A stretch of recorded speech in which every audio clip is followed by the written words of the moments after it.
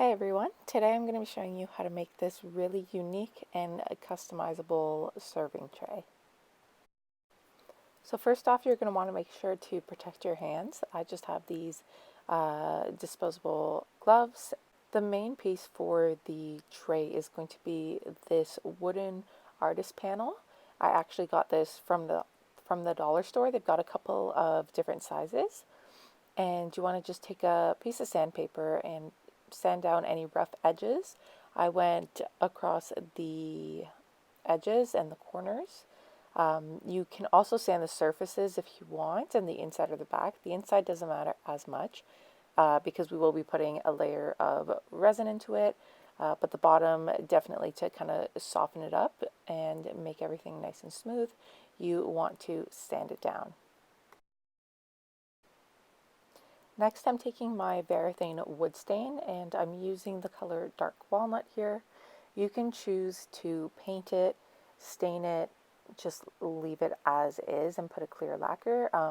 You can use a like a paint that's specifically for wood, or you can even do spray paint. I've done spray paint in the past. Just make sure that you use a primer if it's going to be a white color. And but if you're going to just be staining it, then ensure that you've removed all the dust from it, and make sure you give your stain a good stir. Take a cloth. You can use a brush if you'd like, but I prefer to just use some sort of cloth or material and just apply that evenly, spreading it all out, wiping off any excess afterwards. Once your stain has completely dried, you can choose whatever you want to put on the inside of your tray.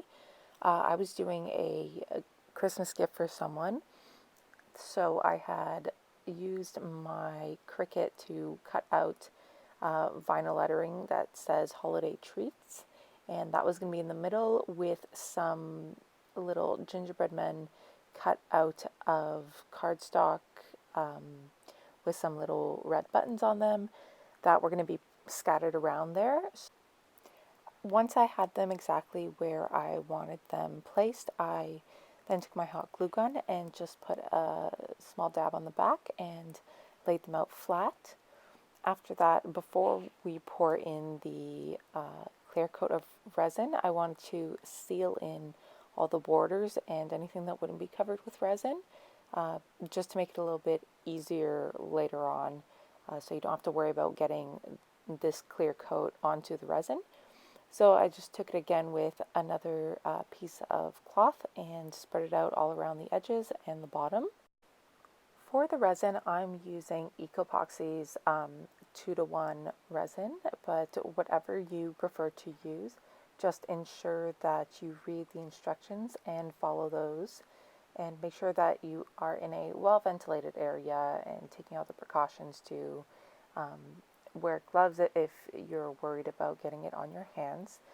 If you're not just pouring it and leaving it, make sure your surfaces are covered, and definitely just the key thing is to make sure that there's proper ventilation, because the fumes can be harmful to inhale without, again, proper ventilation.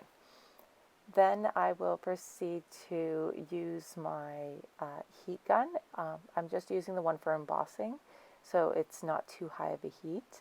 And after I've let all the bubbles come to the top, I just use that heat gun to just kind of skim over the entire top layer of the resin. That way the heat will cause the bubbles to expand and pop, creating a completely flat surface. Taking my hand drill, I'm going to pre-drill the holes where the handles will go. I had ordered these rustic looking ones off of Amazon, and they were perfect. You just want to double check the depth of the screws that they provide, but I did drill a wider hole from the backside to ensure that the screws will sit into the wood and not actually protruding from the edge. And lastly, I had just covered up those holes where the screws went into by adding these adhesive felt pads to prevent it from scratching any surfaces that you will be using it on. And that is the entire process. It's fairly simple. It's just the creating something that you want in the middle of the tray, and what you want it to look like, and letting the resin cure. But other than that, you can make it look any which way you want. This is just kind of a base as to how to get that finished product, but you can create so many ideas with this. And I really hope you guys enjoyed this. Thank you so much for watching, and I'll catch you in the next one.